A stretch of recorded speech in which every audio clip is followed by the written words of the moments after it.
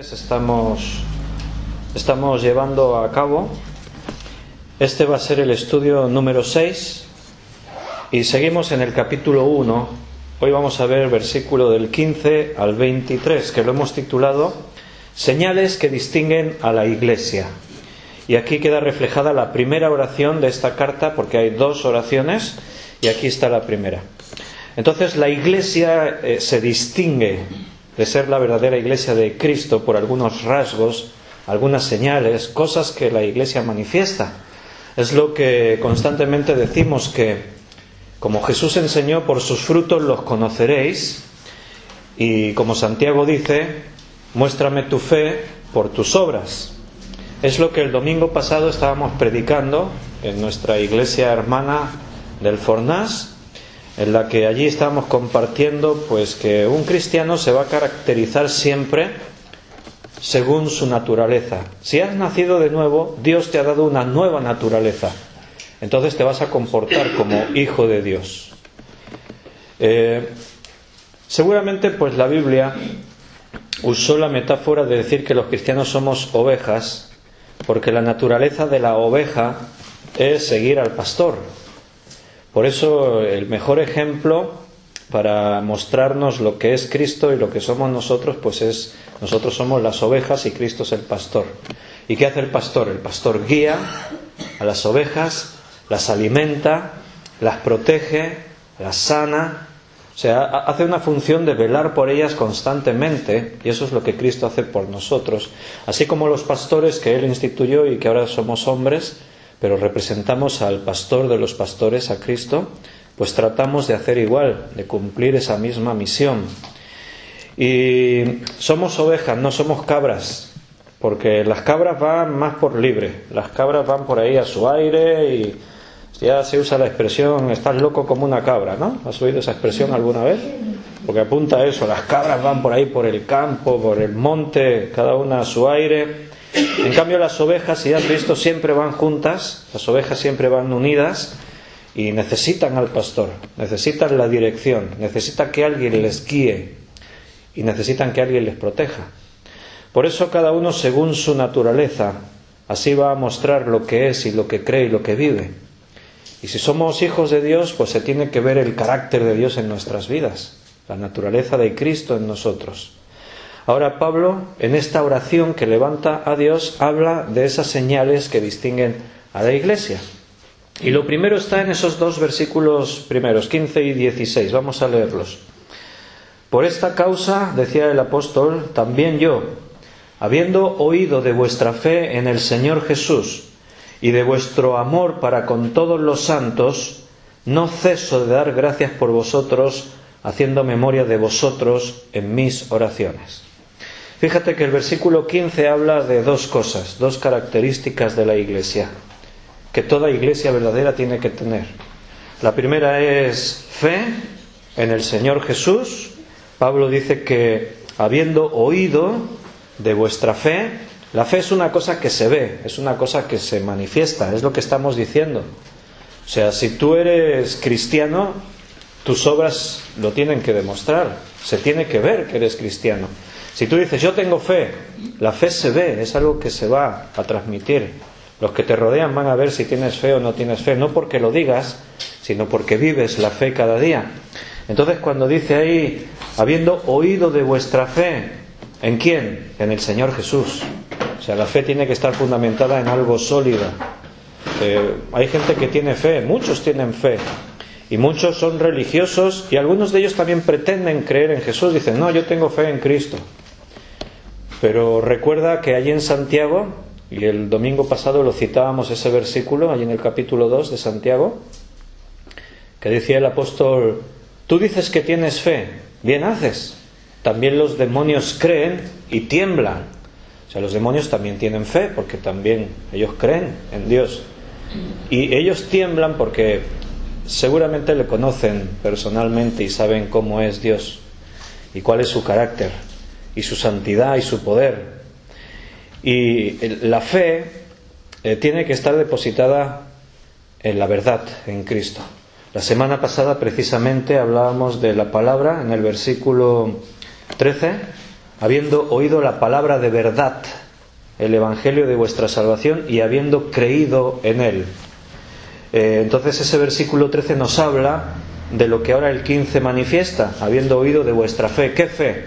La fe basada en ¿qué? En la palabra de verdad, en el evangelio de vuestra salvación, en el cual, habiendo creído, fuisteis sellados por el Espíritu Santo de la promesa.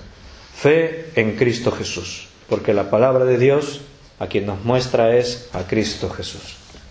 Habiendo oído de vuestra fe en Cristo Jesús y de vuestro amor para con todos los santos. Esa es la segunda cosa que dice.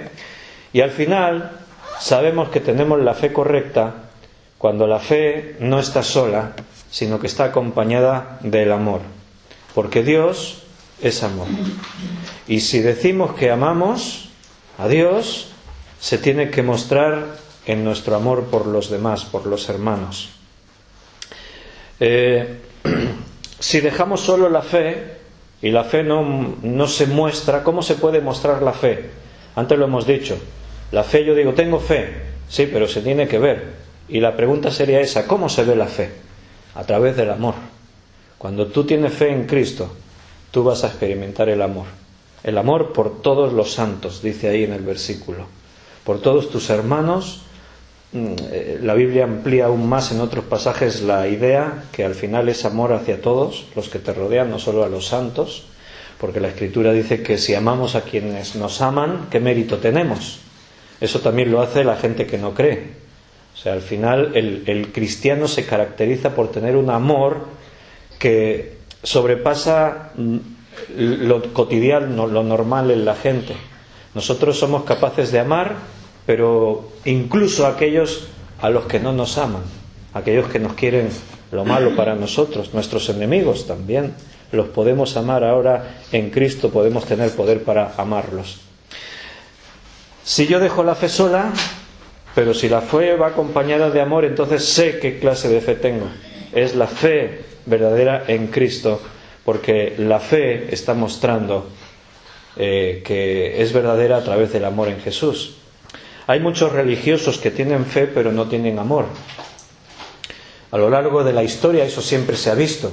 Tú, si has leído, si has visto, incluso en películas se puede ver. Por ejemplo, cuando los misioneros iban allí a América, cuando Cristóbal Colón descubrió América y llegaron los primeros barcos con españoles, pues eran religiosos. De hecho, los reyes católicos, que son los que en aquel tiempo reinaban en España y todos los dominios que España fue extendiendo por el mundo, pues allí donde iban, Isabel la católica, como su nombre decía, la católica era muy católica, muy fervorosa en la religión, y entonces allí donde iba, en el Nuevo Mundo, pues iban con la misión de convertir al catolicismo a todos los salvajes y los indígenas que se encontraban por allí. Y cuando los indígenas pues se resistían a creer, pues a muchos los mataron. Evidentemente eso no es una demostración de amor. O sea, ellos pretendían ir con amor. No, nosotros llevamos la fe y el amor de Dios y tal, pero el amor se muestra, se manifiesta. O sea, el amor no son palabras, son hechos. Entonces, si ellos iban con fe, ellos iban con la fe, ellos iban y hablaban de Dios y de Cristo y querían convertir a la gente, pero si no se convertían los mataban. Eso no es amor. Por lo tanto, esa fe es una fe hueca, es una fe vacía. En los tiempos de Jesús pasaba igual. Ahí estaban los fariseos, los saduceos, toda esta gente, los líderes religiosos, que tenían una apariencia de fe, hablaban de Dios, citaban la Biblia, daban las ofrendas, levantaban oraciones, pero no mostraban amor hacia el prójimo. Por eso Jesús le llamaba hipócritas, porque ser hipócrita es aparentar algo que no es. O sea, ellos aparentaban y decían, pero en la realidad hacían otra cosa. O sea, no experimentaban la verdadera fe a través del amor. Entonces la fe es vana, no sirve. Es una fe basada en religión. Puede ser una fe intelectual. Si tú hablas con personas en la calle y les preguntas si creen en Cristo, muchos te van a decir que sí. Y si tú insistes para que te den información cómo creen, pues te van a decir que creen que Cristo existió. Sí, no, yo creo que Cristo existió. Sí, no, yo creo que era una persona, era muy buena persona, amaba mucho a la gente. Te van a dar información, pero esa información va a demostrar que tienen fe, pero es una fe intelectual.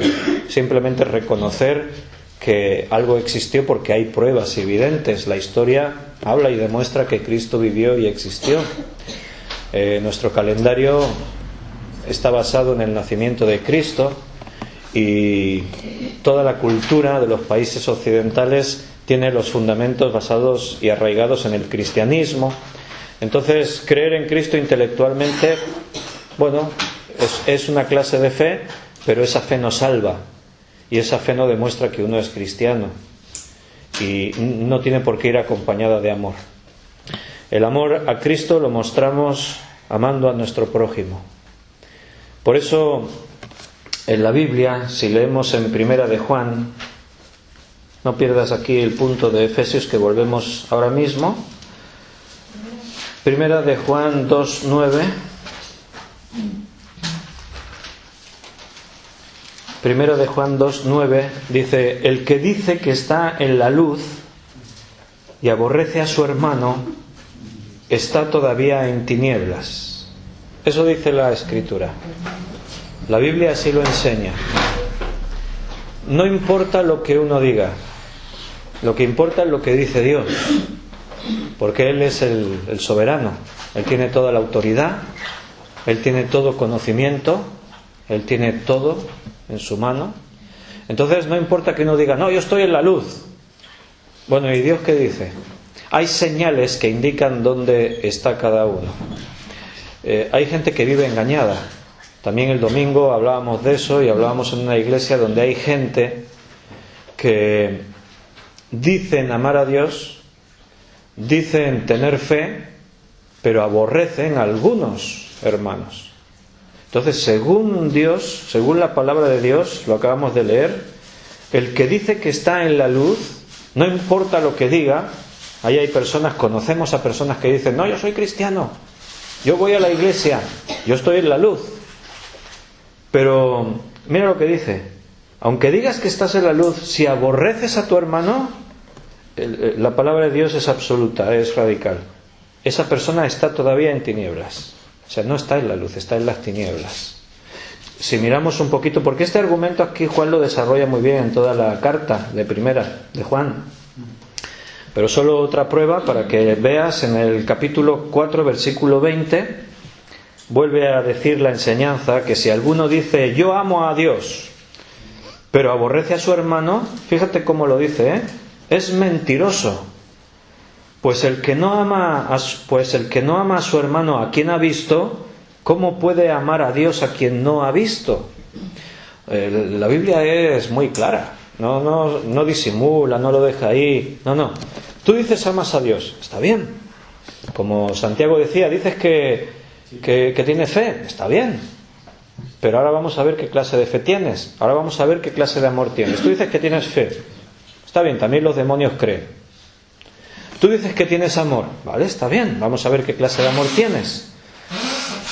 ¿Amas a tus hermanos o hay alguno al que no amas? No te cae bien. ¿Alguno lo aborreces a alguno?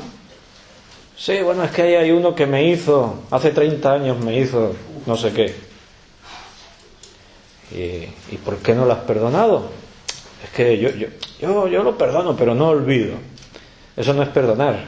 O sea, algunos dicen así: yo lo perdono, pero no olvido lo que me hizo, y al final no le hizo nada. Pero bueno, el rencor sale por ahí sin saber a veces por qué. Total, que ahora la palabra dice: no, pues si aborreces a tu hermano, mientes, no amas a Dios. Es mentira, no amas a Dios. Vivirás una forma de religiosidad. Tú crees que amas, pero te engañas a ti mismo. La Biblia nos enseña que el corazón es engañoso más que todas las cosas. A veces la gente piensa que está en un lugar y no está en ese lugar. Se engañan a sí mismos. Y es tan difícil, la venda está tan gruesa en los ojos que no ven la verdad. El domingo pasado se predicó la palabra y se dijo ahí muchas cosas para mí preocupantes para algunos. Porque cuando la palabra de Dios deja en tela de juicio la salvación de algunos, y los ves que hay esos que están tan tranquilos, cuando tú predicas la palabra y hay uno sentado ahí que sabes que no ha perdonado a los hombres sus ofensas, y tú le dices, mira, Cristo dijo que si no perdonáis a los hombres sus ofensas, tampoco el Padre que está en los cielos os perdonará. Y la persona está ahí sentada y escucha y le da igual. ¿Qué más se puede hacer? Como dice allí en Hebreos, si pisotearen la sangre de Cristo no queda más expectativa por el perdón de los pecados, sino una horrenda expectación de juicio y de fuego. La única forma de salvarse es a través de la redención en Cristo. Y la redención en Cristo pasa por una serie de principios, y uno de ellos es bastante comprensible en cuanto a la justicia. Y es que si Dios va a perdonar todos tus pecados, tú tienes que estar dispuesto a perdonar si alguien te hizo algo. Hasta Jesús mencionó una parábola en relación a eso. ¿Te acuerdas de la parábola de los dos deudores? Que había dos hombres que debían. De hecho, uno le debía al otro. Y a quien uno le debía una cantidad menor, debía aún una cantidad mayor. Vamos a decir, para que te hagas una idea, en euros, ¿no? Le debía a un hombre, le debía 1.000 euros. Y entonces un día le llamó, oye, ¿me debes 1.000 euros? Sí, ya lo sé, pero es que mira, estoy en paro y me cuesta ahí vivir cada día y no tengo... Y bueno, déjame que yo te lo puedo ir pagando poco a poco. Y aquel le dijo, mira, ¿sabes qué? Te perdono la deuda. Y pues ya imagínate, ¿no? Se puso contentísimo, se fue, y al salir al poco dobla la esquina y se encuentra con aquel que le debía a él 100 euros. Y se lo encuentra y dice, hombre, a ti quería verte yo. ¿Me debes 100 euros? Y el otro le dice, sí, es verdad, ya lo sé y te los quiero pagar, pero mira mi situación, tengo ahí 5 o 6 hijos, no sé, un montón de niños. No trabajo hace ya no sé cuánto tiempo, vivo casi de la limosna y dame un poco de tiempo y yo te lo pagaré, dame un poco de tiempo. Y le dice, no, ni tiempo ni nada, o me lo das ahora o te mando a la cárcel. Es que no puedo pagártelo, pues a la cárcel. Y lo metieron a la cárcel, ¿no? Entonces el primer señor se enteró de esto y lo mandó llamar. Así que yo te perdoné a ti tu deuda de 1.000 euros. ¿Y tú a tu prójimo no le pudiste perdonar los 100 que te debía? A pesar de su situación. Pues ¿sabes qué? Me retracto. Ya no te cancelo la deuda. Me debes los 1.000 euros y ahora te vas para la cárcel. Tú también. Es un principio lógico, ¿verdad? De justicia. Si a ti te perdonaron, mira cuántos pecados nos perdonó Dios a nosotros. Incontables. Si tuviéramos que poner en una lista todos los pecados que hemos cometido a lo largo de nuestra vida, ni sabríamos contarlos, pero Dios los perdonó todos. Y de pronto alguien va y te ofende, y a veces por tonterías, es que me dijo, es que un día me puso mala cara, es que ni siquiera sabes si realmente te ofendió o no, pero tú te lo imaginas, es que yo creo que hizo algo contra mí. Y como me acusaron a mí hace poco, no, es que tú mandabas anónimos, me dijeron. Y le dije, pues si eran anónimos, ¿cómo sabías que era yo quien los mandaba? ¿De Navidad o era así de...? Pues vaya, ¿no? Si los hubiera firmado, pues ya no serían anónimos. Y se llenan de rencor las personas sin saber por qué. No, es que no puedo perdonarlo porque me dijo no sé qué, me hizo no sé cuántos, y se llenan de rencor, de amargura. Entonces Dios no puede perdonar a esa persona si ella no está dispuesta a perdonar también sus pecados a otros. Y si vamos al Evangelio de Juan, capítulo 13, Evangelio de Juan 13, vamos a leer el versículo 35.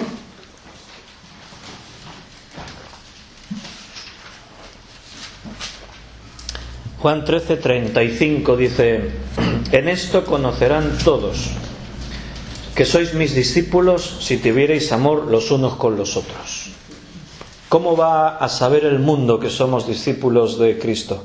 Si tenemos amor los unos con los otros. El fruto de ser cristiano es el amor. Si dices que tienes fe, tiene que ir acompañada del amor.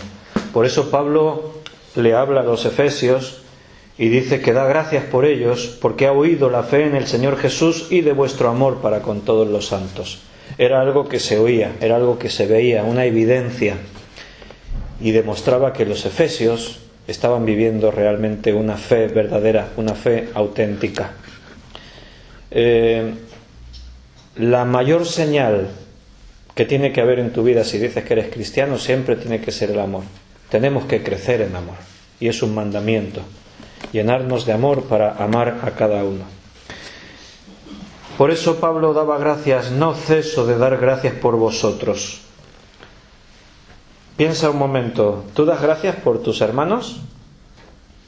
Cuando oras, ¿le das gracias a Dios por ellos? Es una buena costumbre dar gracias por los hermanos.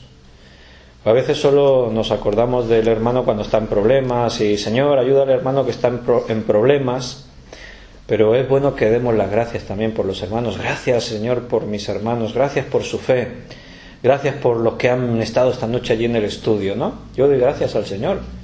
Pues imagínate que no hubieseis venido ninguno. Estaría yo aquí solo aquí delante del púlpito, grabando, predicando para la cámara, con la esperanza, bueno, después por lo menos alguien lo ve en Facebook o en YouTube. No, pero no es lo mismo. O sea, tenemos que estar así unidos, la iglesia unánime. Entonces, gracias, Señor, por los hermanos que dejaron que tú les trajeses hasta aquí hoy. Gracias, Señor, por la fe de mis hermanos. Gracias por su esfuerzo. Gracias porque mira a este hermano que está en paro tanto tiempo y todavía está ahí perseverando. Gracias por su ejemplo, Señor. Gracias por este hermano que se le ve que se está esforzando mucho en superar ese problema que tiene, y hay que dar gracias por los hermanos. Amén. Amén. No ceso de dar gracias por vosotros, haciendo memoria de vosotros en mis oraciones, para que el Dios de nuestro Señor Jesucristo, esa es la petición de Pablo en su oración, el Dios de nuestro Señor Jesucristo, el Padre de gloria, os dé espíritu de sabiduría y de revelación en el conocimiento de Él. Que Dios os dé espíritu de sabiduría y de revelación en el conocimiento de Dios. En Santiago dice en el capítulo 1, versículo 5, que si alguno tiene falta de sabiduría, pídale a Dios, el cual da abundantemente y sin reproche, dice allí. Dios te va a dar esa sabiduría. Él no te va a reprochar. Oye, es que ya me estás pidiendo mucha sabiduría. Pídele todas las veces que quieras sabiduría a Dios. Nunca te va a decir Dios, no me pidas más sabiduría que... No, Él te va a dar sabiduría. Santiago 1:5, si no recuerdo mal. Pídale a Dios sabiduría. Yo le pido muchísimas veces sabiduría a Dios. Señor, dame sabiduría.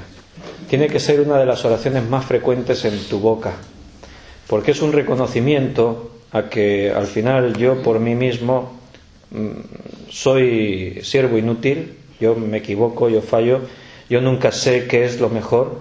Yo puedo creer que es lo mejor, pero me puedo equivocar porque yo desconozco muchas cosas, y en los caminos del Señor Él va siempre un paso por delante de nosotros.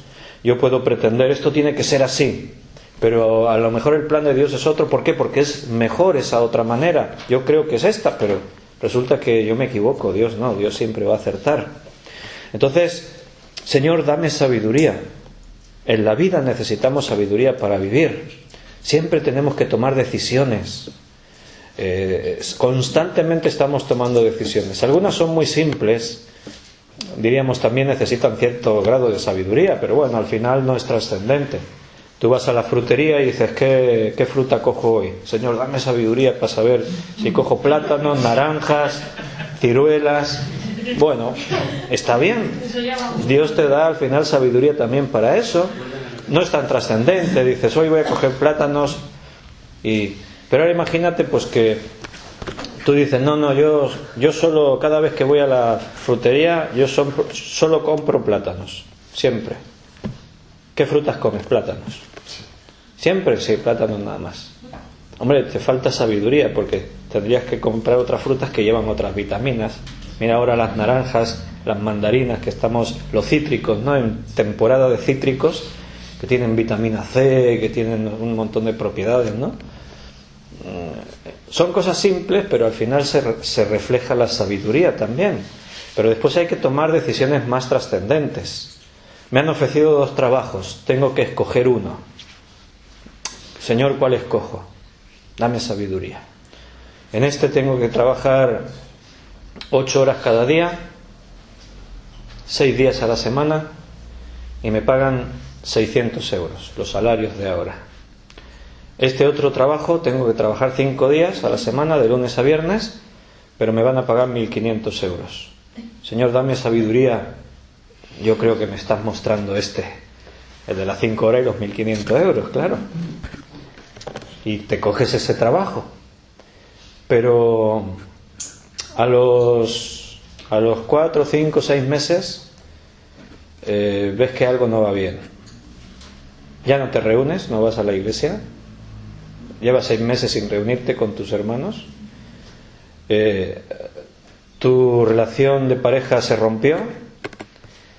Y yo qué sé, un montón de problemas. ¿Por qué? ¿Qué trabajo era ese? Pues yo qué sé, tenías que trabajar en una discoteca, un nightclub. Yo qué sé. Trabajabas precisamente las horas que podías ir a la iglesia. Eso te generó una crisis matrimonial.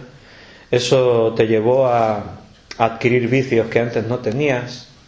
Ese trabajo no era para ti. Pero tú, en tu sabiduría humana, trabajo menos horas y gano más, me conviene. Fallaste. Por eso necesitamos sabiduría de Dios para tomar decisiones. Nos tenemos que comprar un piso. Necesitamos sabiduría porque es una inversión importante. Me tengo que comprar un coche. ¿Qué coche me compro? Yo hace poco he tenido que cambiar el coche del trabajo porque estaba ya muy, muy estropeado el que tenía. Y entonces pues imagínate, ¿no?, que tengo que meter ahí escaleras y cubos de pintura y cosas. Y digo, me voy a comprar un coche, y voy ahí al concesionario y miro y veo ahí un deportivo guapísimo. Una virguería de coche. De 0 a 100 en 4 segundos. Con 600 caballos de potencia. Pilla los 300 kilómetros por hora. Digo, Lo que le gusta a usted correr, pues que Juan es pobre. Me gusta correr a mí. Eso es lo que se dice por aquí. Juan es pobre y dice que voy a ir haciendo el trabajo. Y me compro ahí el deportivo, y el lunes pues me voy a trabajar con el deportivo.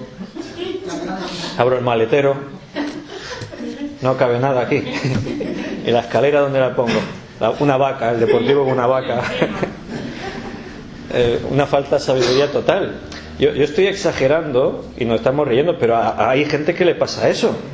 O sea, viven ahí una masía en mitad del campo con las ovejas, las gallinas, todo, y van y se compran un deportivo, no, pero se compran un turismo de estos guapos, y al otro día no saben dónde meterlo, la de esto de paja, los sacos de pienso, que tengo que llevar la oveja al veterinario y la meten ahí en los asientos del coche. Y a la gente le pasa eso, no tienen ni pizca sabiduría para tomar decisiones en la vida diaria, en las cosas del día a día.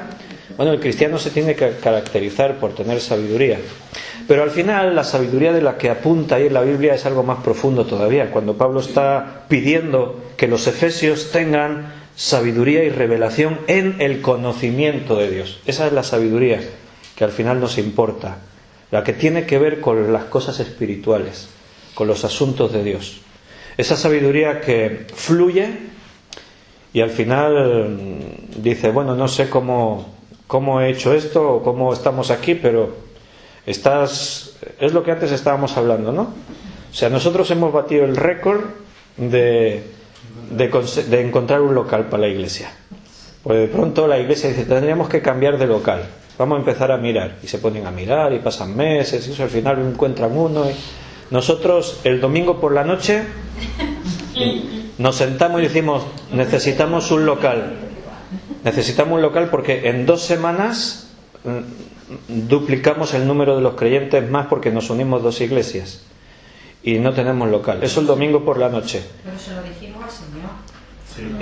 El lunes por la mañana, 10 horas más tarde, ya teníamos local. Más rápido imposible. Hemos batido un récord Guinness de los récords. en encontrar local. Bueno, pues al final Dios nos da sabiduría, porque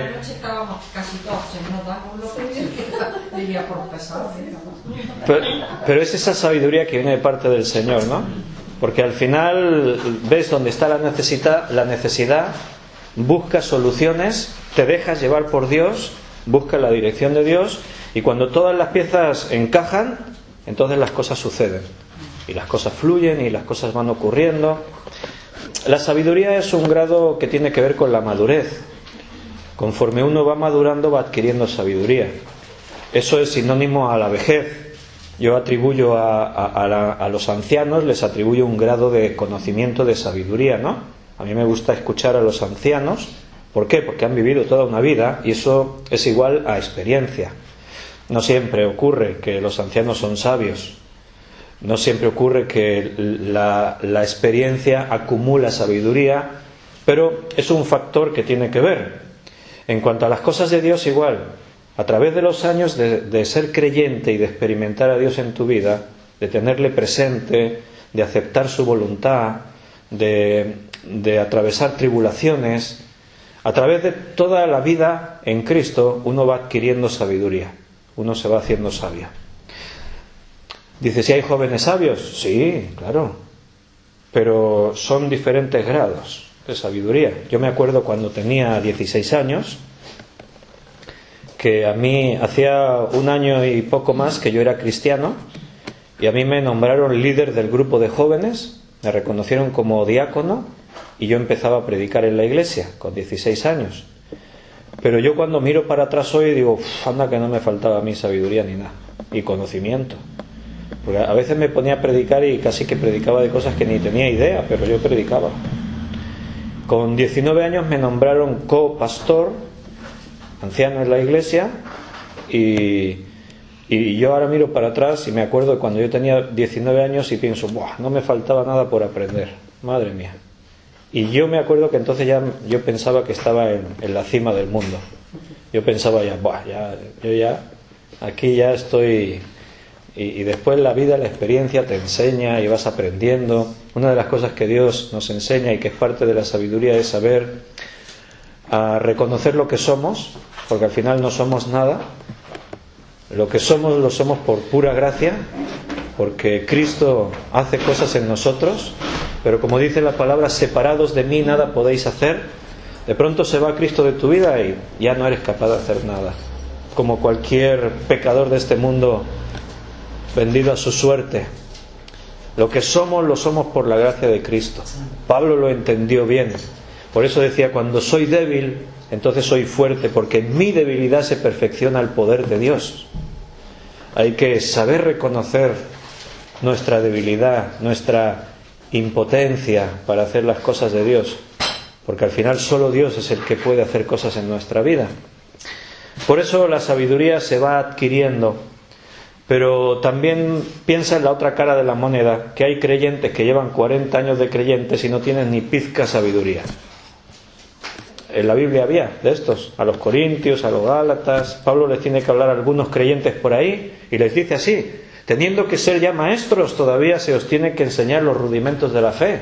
Teniendo que ser ya maduros, todavía hay que hablaros como a niños espirituales. En vez de daros ya alimento sólido, tenemos que daros leche espiritual, porque no habéis crecido. Hay creyentes que llevan muchos años de creyente y no han adquirido sabiduría. Pablo dice porque son carnales, inmaduros. La madurez, la espiritualidad, la presencia de Dios se adquiere en un proceso. Es una carrera. Pablo decía, dejo lo que queda atrás y me extiendo a lo que está delante. No pretendo haber alcanzado ya la meta.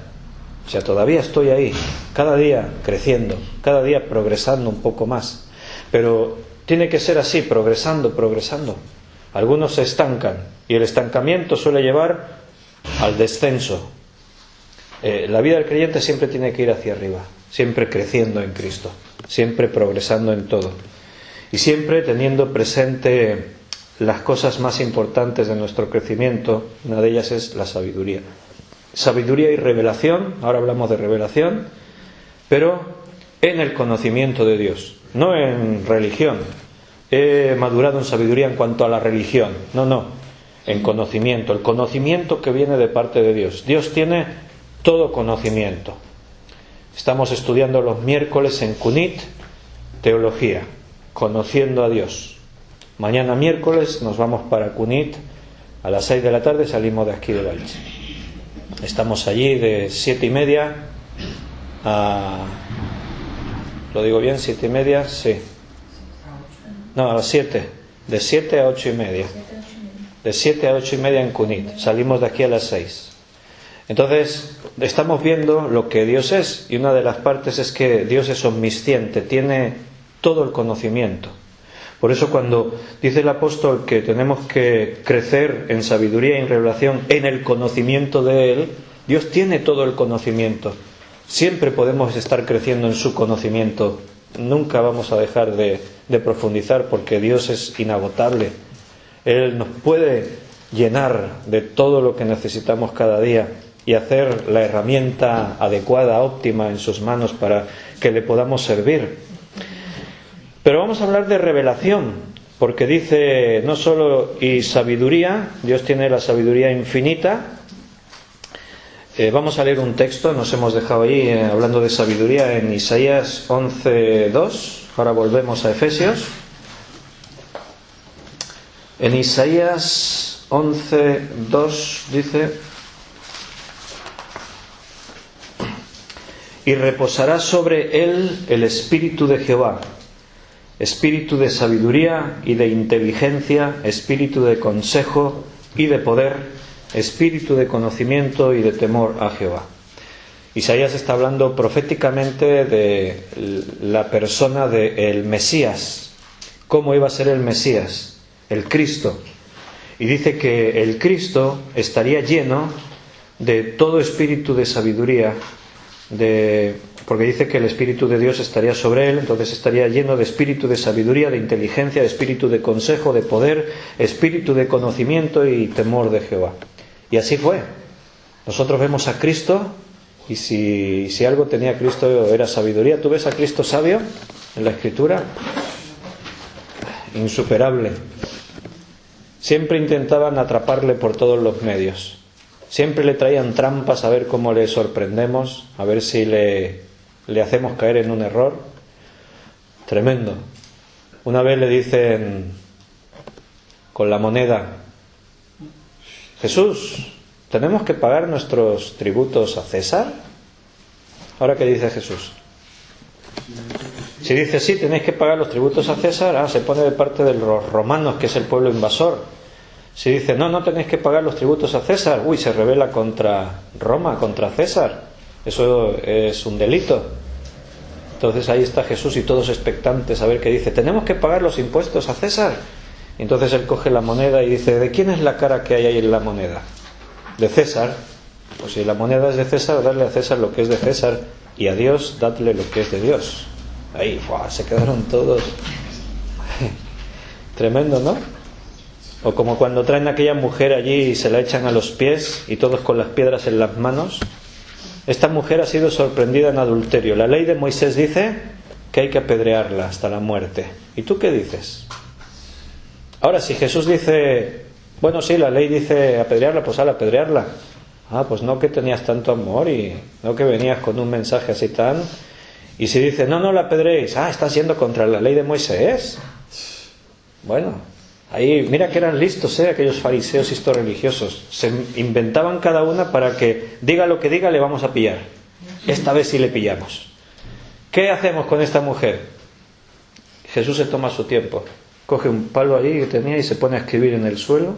Y todos allí, todos en silencio con las piedras preparadas ya allí. Algunos ya sonriendo, no sabe qué decir. Ya lo hemos pillado hoy. Y Jesús allí, no sabemos lo que dibujó. Ese es uno de los misterios bíblicos. ¿Qué escribió? ¿Qué dibujó en el suelo? Pero de pronto dice Jesús: está bien, podéis apedrearla.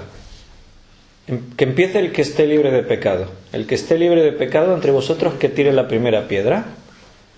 Y de pronto ahí todos, pues claro, tú estás ahí con la piedra y dices: yo estoy limpio de pecado, yo no he pecado, no tengo nada de lo que dar cuentas a Dios. y me imagino que de pronto por la mente de todos empezaron a cruzar ahí pecados, ¿no? Pero Jesús lo dijo con autoridad. Ahí está la diferencia, porque si lo dice cualquiera igual la apedrean. Pero las palabras de Jesús pesaban. O sea, Jesús era trascendente, era profundo, o sea, cuando Él les mira a los ojos y de pronto ante la mirada de Jesús, la mirada de Jesús debía traspasarte totalmente. Imagínate a Jesús mirándote a los ojos y diciéndote: ¿estás seguro que tú puedes decir que no has pecado? ¿Que no has cometido ningún pecado? El que de vosotros esté sin pecado, que tire la primera piedra.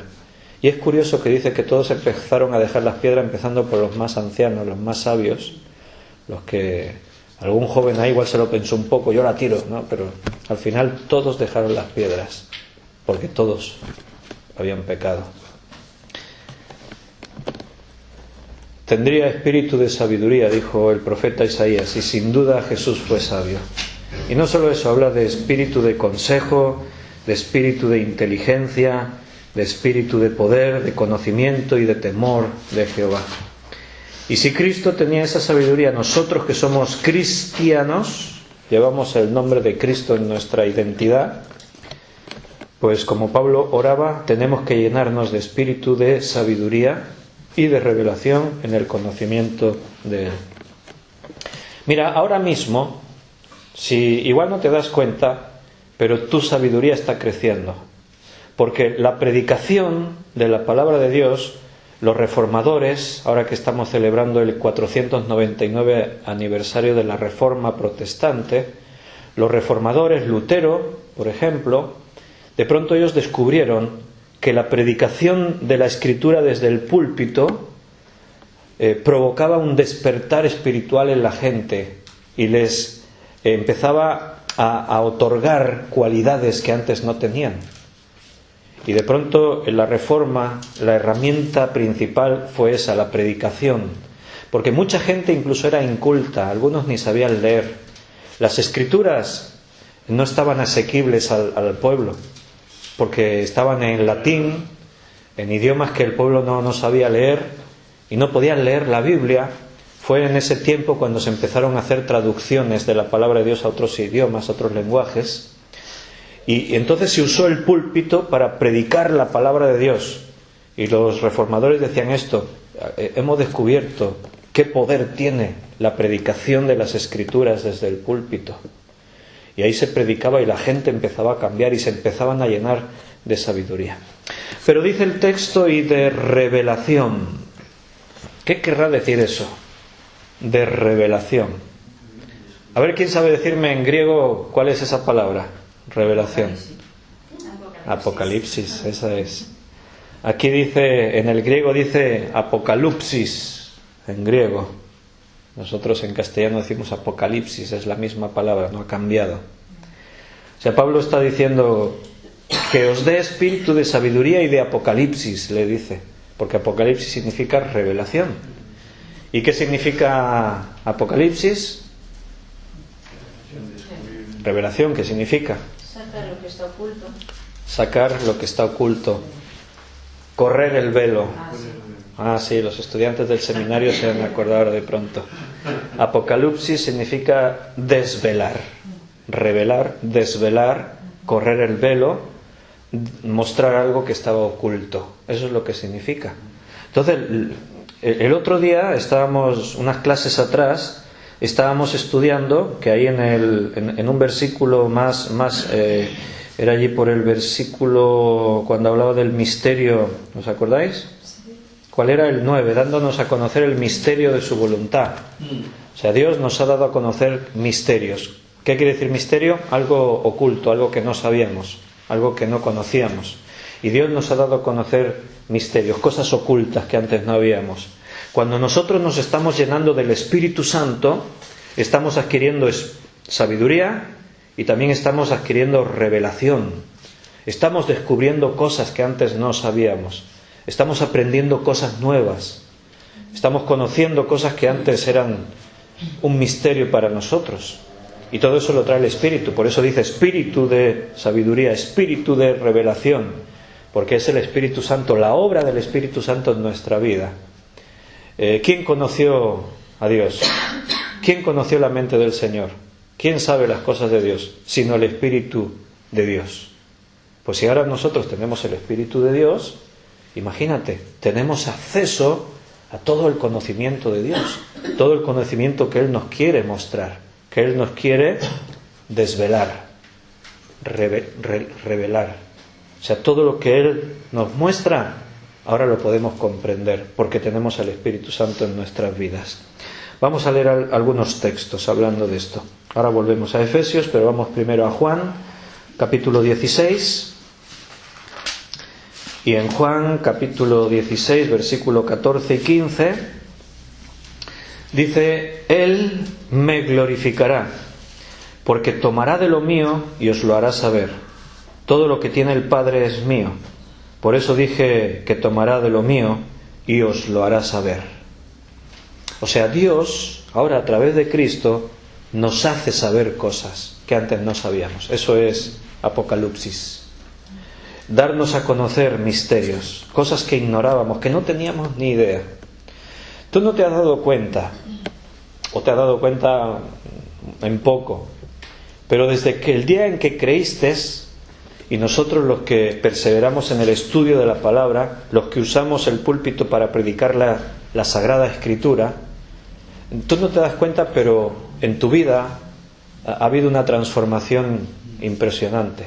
Lo que pasa es que como ha sido algo muy lento y algo sistemático, casi que uno no se da cuenta. Es como los niños, los bebés, ¿no?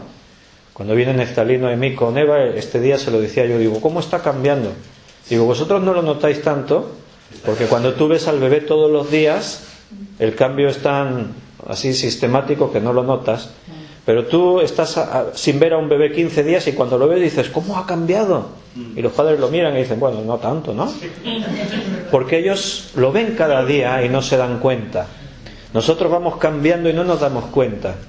Pero si tú ahora te pudieses ver de pronto así, como si viajases en el tiempo y te pudieses ver no sé cuántos años atrás, cuando tú empezabas a ser cristiano o incluso antes de ser cristiano, te darías cuenta realmente cómo has cambiado, cómo Dios te ha ido transformando, cómo ha ido cambiando tu forma de pensar, tu forma de entender, tu forma analítica a la hora de tomar decisiones, cómo has cambiado en cuanto a paciencia, en cuanto a dominio propio, cómo has ido cambiando en cuanto a tener ese discernimiento de saber lo que está bien, lo que está mal.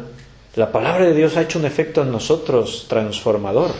Por eso tú a veces conoces iglesias que no han vivido el estudio de las Escrituras, no han escuchado la predicación desde el púlpito de la Santa Escritura, por lo menos no tanto, y ves que son iglesias inmaduras, que no han crecido mucho, que están ahí perdidos siempre en discusiones inútiles, que están siempre ocupados en un montón de cosas. ¿Por qué? Porque la palabra de Dios es el poder que Dios usa para transformarnos, es el agua que Dios usa para la limpieza. Por eso Jesús decía que tenemos que comer de la Escritura todos los días, no solo de pan vivirá el hombre, sino de toda palabra que sale de la boca de Dios, porque la Biblia no es un libro para adquirir conocimiento, es un libro para alimentarte, es un libro vivo, una palabra viva, no está muerta. Cuando tú te metes la palabra de Dios dentro, dice la palabra que nunca vuelve vacía, siempre da fruto. Siempre ocurre algo en tu interior. Después de esta hora y 10 minutos y cuarto que habremos estado estudiando la palabra, cuando tú te vayas de aquí, ya nunca será igual como antes de haber venido. Algo habrá sucedido nuevo en tu vida. Algo ha ocurrido en tu interior. Tú no lo notas todavía, no lo sabes. Pero es como un fondo de inversión. Es la hucha. Tú tienes ahí, un día echas 1 euro, otro día 50 céntimos, otro día 20 céntimos, hay días que echaste 1 céntimo, pero otro día estabas ahí te fueron tan bien las cosas que dijiste, hoy voy a ser generoso y echaste 2 euros. ¡Buah! Ya, una cosa. Y pasan 30 años, era una hucha grande, pasan 30 años y tú dices, voy a romper la hucha a ver qué tiene. Y rompes la hucha y de pronto te encuentras ahí un montón de dinero, dices, ¿tanto dinero ahorré? Claro, porque fuiste constante y el tiempo fue pasando. Así la palabra de Dios en nuestra vida. va haciendo cosas, poco a poco, paso a paso. Cada estudio que oyes, cada vez que lees la Escritura, cada predicación, cada vez que... Y la palabra de Dios te va transformando. A veces llevamos semanas más intensas. Hemos pasado una semana intensa. Cuando alguien predica, por ejemplo, mira, yo prediqué el domingo pasado, no el anterior, prediqué el domingo. El lunes no hice nada de cara al público. En privado sí, porque las predicaciones y los estudios se los tienes que preparar. El martes di un estudio aquí. El miércoles di un estudio en Cunit. El jueves vine y me senté y escuché un estudio con el seminario. El viernes estuvimos orando con los hermanos, compartí alguna cosita ahí. El sábado tuvimos una reunión de matrimonios, di un estudio para matrimonios. Y el domingo volví a predicar. Entonces, lo que yo prediqué, una vez para dar un estudio como este, para predicar, mínimo estoy 2 o 3 horas preparándolo en casa. Entonces yo soy el primer beneficiado. O sea, yo no os estoy haciendo un favor a vosotros, me lo estoy haciendo a mí mismo, porque las horas que yo tengo que pasar metido en la palabra de Dios, eso para mí es una riqueza incalculable. O sea, estoy recibiendo riqueza. Te lo comparto para que te dé envidia y digas, yo también quiero tanta riqueza, y te esfuerces más para meterte en la Escritura. Porque al final la palabra de Dios es quien nos cambia, la que hace que nosotros pues seamos cada día más a imagen de nuestro Señor Jesús. En 1 Corintios capítulo 2 y versículo 10. En 1 Corintios 2, 10. Eso sí, algunas noches duermo poco porque me acuesto preparando estudios y eso tarde. Pero bueno, después voy bien. 2:10. Dice el apóstol, pero Dios nos las reveló a nosotros por el Espíritu, porque el Espíritu de Dios todo lo escudriña, aún lo profundo de Dios. Claro, el Espíritu de Dios es la parte más íntima de Dios, lo sabe todo de Dios. Por eso el Espíritu lo escudriña todo, lo más profundo de Dios. Y es el Espíritu el que nos las revela a nosotros. Es la misma palabra, apocalipsis, en griego. El Espíritu nos demuestra las cosas que no sabíamos. En Lucas 2:32, vamos rápido, que nos queda poco tiempo. Estamos ya acabando los últimos minutos. En Lucas 2:32 dice: luz para revelación a los gentiles y gloria de tu pueblo Israel. ¿Quién era este? Cristo. Es el anuncio que se hace cuando Cristo es presentado en el templo y proféticamente se habla de él, lo que va a ser, y entre otras cosas dice que va a ser luz para revelación a los gentiles, porque los gentiles son los que menos conocían las cosas de Dios. Los judíos tenían algo de conocimiento, aunque también necesitaron la revelación, pero los gentiles estaban ahí ignorando totalmente las cosas de Dios. Y la obra de Cristo iba a ser esta, revelar a los gentiles las cosas. También gloria para tu pueblo Israel, dice ahí. Y otro versículo más en este apartado, Isaías 25:7. En Isaías 25:7 dice: y destruirá en este monte la cubierta con que están cubiertos todos los pueblos y el velo que envuelve a todas las naciones. En este cántico de alabanza, y hablando proféticamente de lo que iba a ocurrir, una de las profecías era esta, que iba a quitar esos velos que las naciones tienen ahora y no ven. Están votando en los Estados Unidos en este momento. Están eligiendo el próximo presidente para los 4 años próximos. Y tienen que escoger entre Hillary Clinton o Donald Trump. ¿Cómo un país como Estados Unidos llegan a esta encrucijada? Porque dice, ¿y no puedo escoger a otro? No hay más opciones. Sí, no, hay una lista larguísima de gente que se presenta. Esta tarde estaba escuchando, esta mañana en las noticias iba en coche y estaba escuchando un poco, hablaban de algunos de los candidatos. Decían, hay uno que, y decía los nombres, yo no me acuerdo del nombre, ¿no? Dice, hay uno, dice, este dice que ha tenido contacto con los extraterrestres, y entonces en una de sus ofertas, pues ofrece eso, entablar un diálogo con seres extraterrestres, no sé qué. Había otro que prometía en su campaña electoral, prometía un pony para cada ciudadano de los Estados Unidos.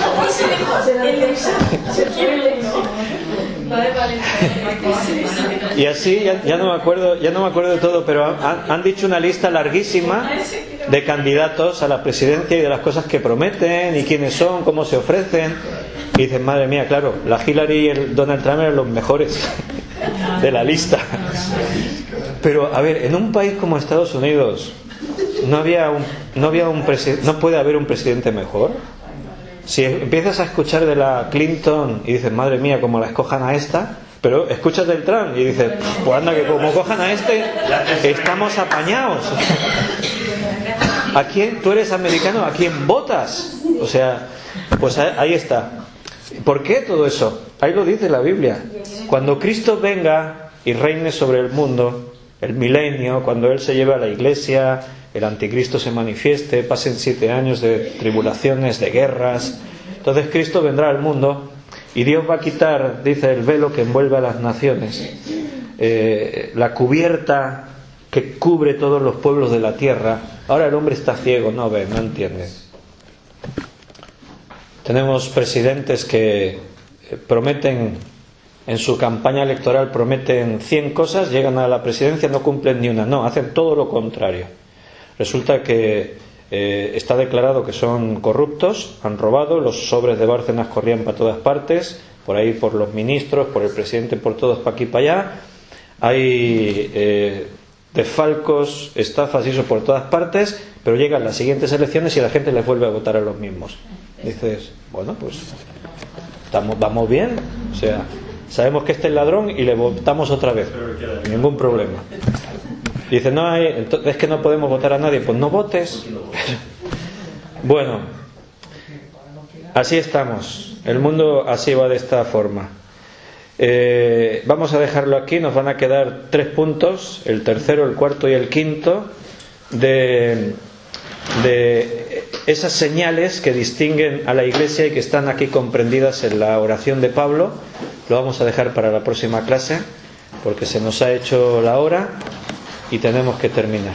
Así que vamos a hacer una oración y nos despedimos. Señor, muchas gracias por tu palabra.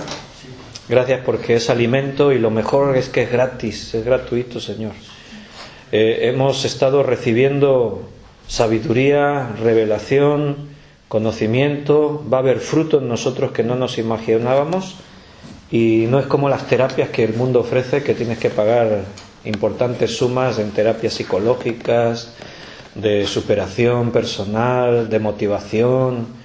No, tu palabra es un alimento sano, completo, perfecto, que nos da la sabiduría que el mundo no da, la sabiduría que viene de ti, y nos la das gratis, Señor. Por eso gracias por tanto amor, gracias porque tú no haces distinción de personas, para ti todos contamos, para ti todos valemos, todos somos importantes. Gracias porque Cristo murió por cada uno de nosotros y porque la obra que empezaste la vas desarrollando.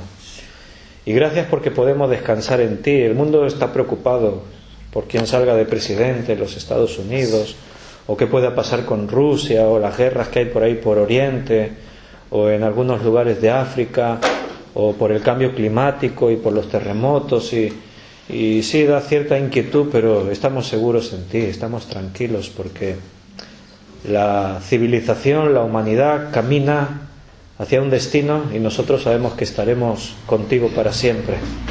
Por eso descansamos. Pero también nos da una sensación de urgencia, de responsabilidad, porque muchos de esos que caminan hacia la destrucción no lo saben y necesitan escuchar el Evangelio de poder que es para salvación a todo aquel que cree. Y tenemos que predicarles nosotros, tú nos has dado ese encargo. Por eso, Señor, ayúdanos a ser valientes, responsables y a tener la sabiduría que viene de ti, ese espíritu de sabiduría, de revelación y de conocimiento. Gracias, Padre, por cada uno de mis hermanos que están aquí. Siempre te doy gracias por ellos. Y ahora te pido todas estas cosas en el nombre de nuestro Señor Jesucristo. Amén.